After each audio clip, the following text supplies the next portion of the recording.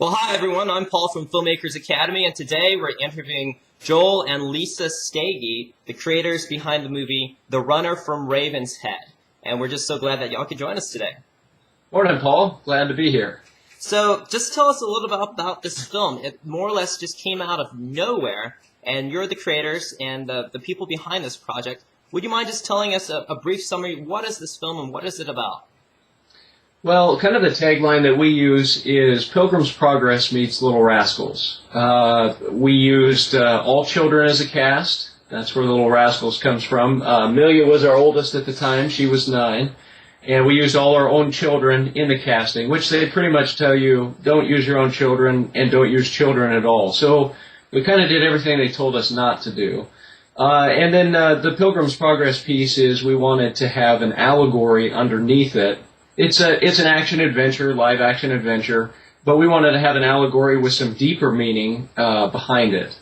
And what did y'all do before creating Runner? What was your normal lives like? Normal life, well, we lived in Portland, real small house, tiny backyard about the size of this room.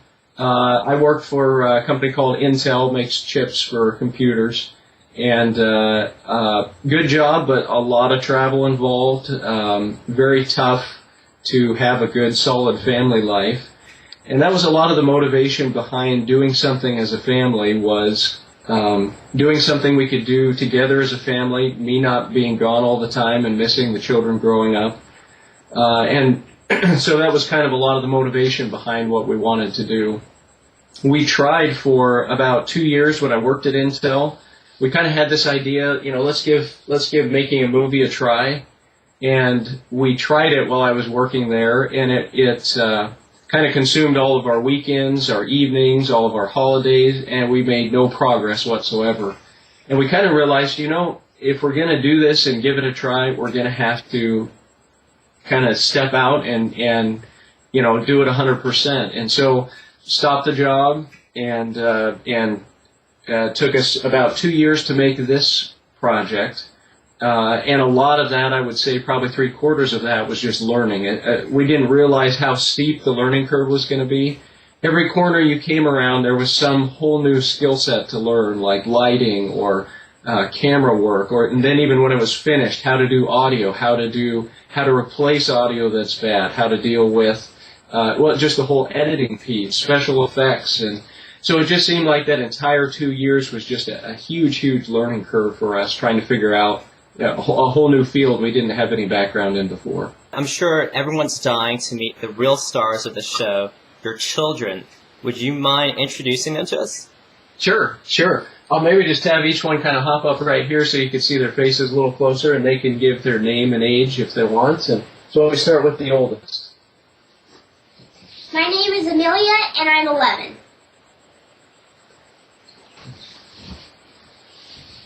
My name is Kirsten, and I'm 9 years old. Okay, you guys can hop back into that. My name is Addison, and I am 8. My name is Bridget, and I am 6. My name is Pete, and I'm in 3. Wow. We also have Nathaniel, he's 1 year old, but he wasn't in the movie at the time. Okay. So. Hey, Amelia, can I ask you a couple of questions? Okay, hop up here. You want to tell us what parts did you play? I played Sam and the secretary. Wow. And what do you want to be when you grow up? I want to live on a ranch with lots of horses and make movies. Wow. What was your favorite part of the movie? I thought the tribal scene was very fun. Really? And what was the hardest part for you? Probably, I don't look very scared on the rocket car because it was so much fun. You couldn't help grinning, so I think looking scared on the rocket car was hard. Wow. Okay, well thanks, Amelia. Thank you.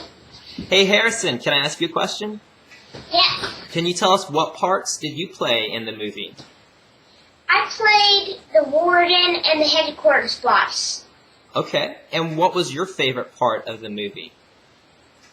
My favorite part was being the headquarters boss because I got to be in charge of things, and it was really fun to wear the mustaches and things.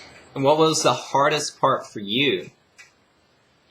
Well, in the tribal scene, I was the one that got hanged upside down by my feet with the rope, and it didn't really feel very good. Oh, really? Wow. What do you want to be when you grow up? I want to be a filmmaker. Really? Wow, that's awesome. Thanks, Harrison. I'll throw something in. Harrison does all of our rendering. No way. Final Cut Studio's done really well for us, but we've had some rendering issues.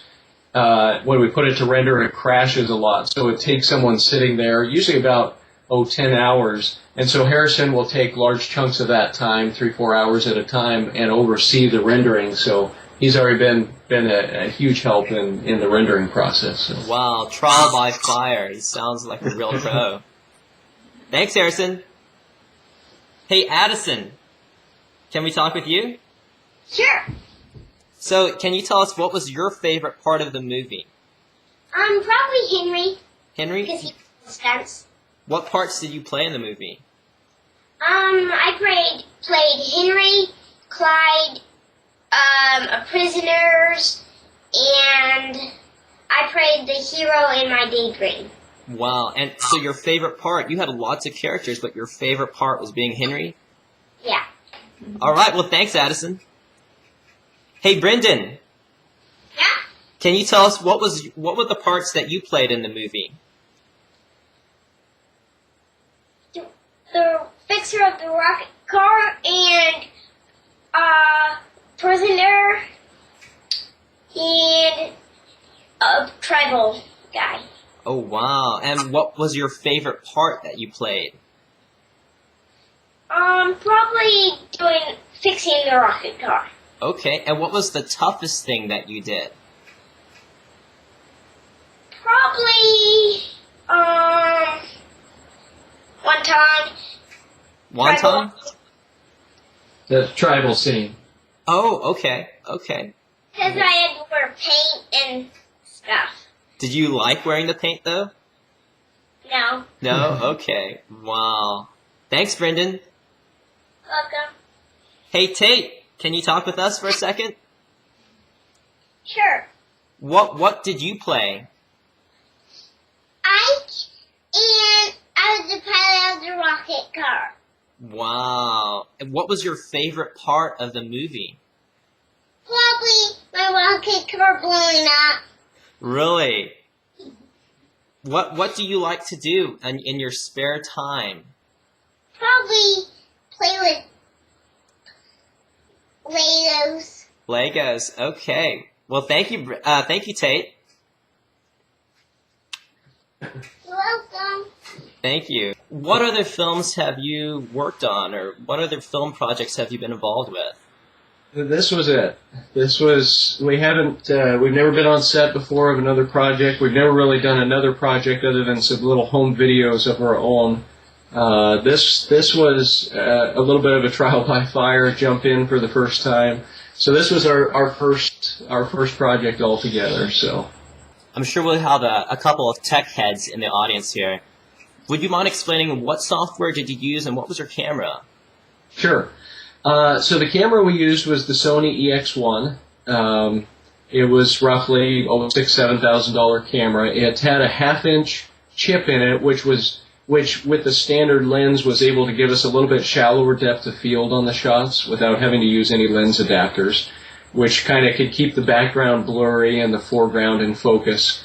So it was a great camera. It worked really well for us. We used the Final Cut Studio, the Apple software, for our editing, for our sound recording. When we replaced lines of dialogue, we used their Soundtrack Pro.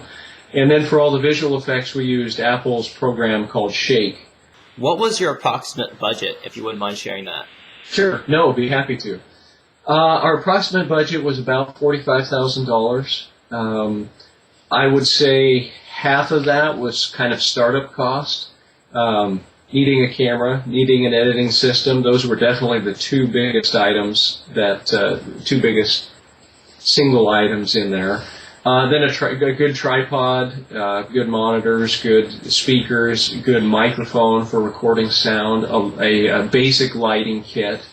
All of that came to about half of our budget, which we're hoping to be able to use on future ones. So hopefully that'll spread out over additional films.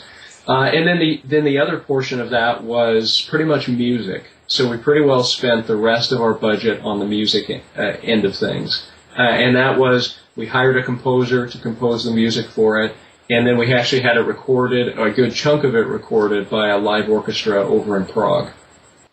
Well, Lisa, if we could turn the spotlight to you for a second. Sure. Can I ask you, at any point during the film, did you ever think like, oh my goodness, what is my husband doing? You know, how did I get roped into this? Why aren't we like a normal family? Oh, definitely. Yes, being married to a visionary is always an adventure. But most of the time, I mean, definitely it was very fun. It was worth it. And I think the Lord had prepared all of us for it through the 10 years that Joel had in the corporate world. We were so ready to have him home and being a daddy to the kids that it made any sacrifice or challenges of the movie definitely worth it. The family time was just nothing, and we wouldn't trade anything for it. So, as a homeschool mom, how did you balance school time and meals and family scheduling, all of that? How did you balance that together during the last 2 years? it's definitely been a challenge, but you know, the beauty of homeschooling is the flexibility that we can have, and so we've adapted a year-round schedule. And, you know, obviously when we're shooting, we have to put the books aside. But they're learning so much just about life and character and you know, math through science and engineering through building the set and, you know, computer skills, how to run the camera, all about sound and lighting. They've learned so much through it that it just couldn't be learned any other way. And then, you know, obviously when we're done with shooting, we push it hard on the books, and so it's really worked out well for us. And like Joel said, our parents have been a huge help as far as helping out with meals and laundry and childcare and all of that. So, you know, we couldn't have done it without them and their help. You know, Clyde in the movie, he gives the lines, you know, hang in there, it'll get better, believe in yourself. Clyde being the hidden bad. I'm assuming everybody watching this has probably seen the movie, so it's not to you all. But you know, in our real life, things don't always get better. One of my nieces, the kid's cousin, has had cancer, lost her arm just recently. You know, there's sickness and there's a lot of things don't always get better in this life. And but we know with Christ that we have a hope not just in this life, but we have a hope in the life to come as well.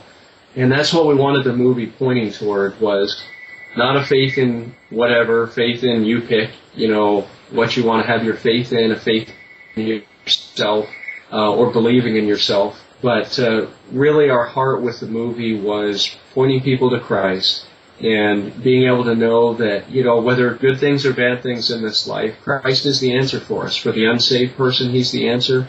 For the Christian that's struggling, He's the answer. And that was really our heart and motivation behind the movie and the structure underneath it. And I guess, you know, more than anything, if we were to share with people where our heart is, it would be wherever you're at, whatever point in life, Christian or non-Christian, or struggling or doing well, to keep your eyes on the Lord and to remember that we do have a refuge in Christ now, and we have the hope for the life after. And so I think that would be the heart of what we'd want to share as a family. Thank you, Amelia, Harrison, Addison, Brendan, and Tate. Thanks, guys, for joining us. Thanks, Paul. We really appreciate you taking the time. All right. Well, hey, this is Paul from Filmmakers Academy, and we just want to thank you, the audience, for joining us for this webcast, and we will see you guys next month.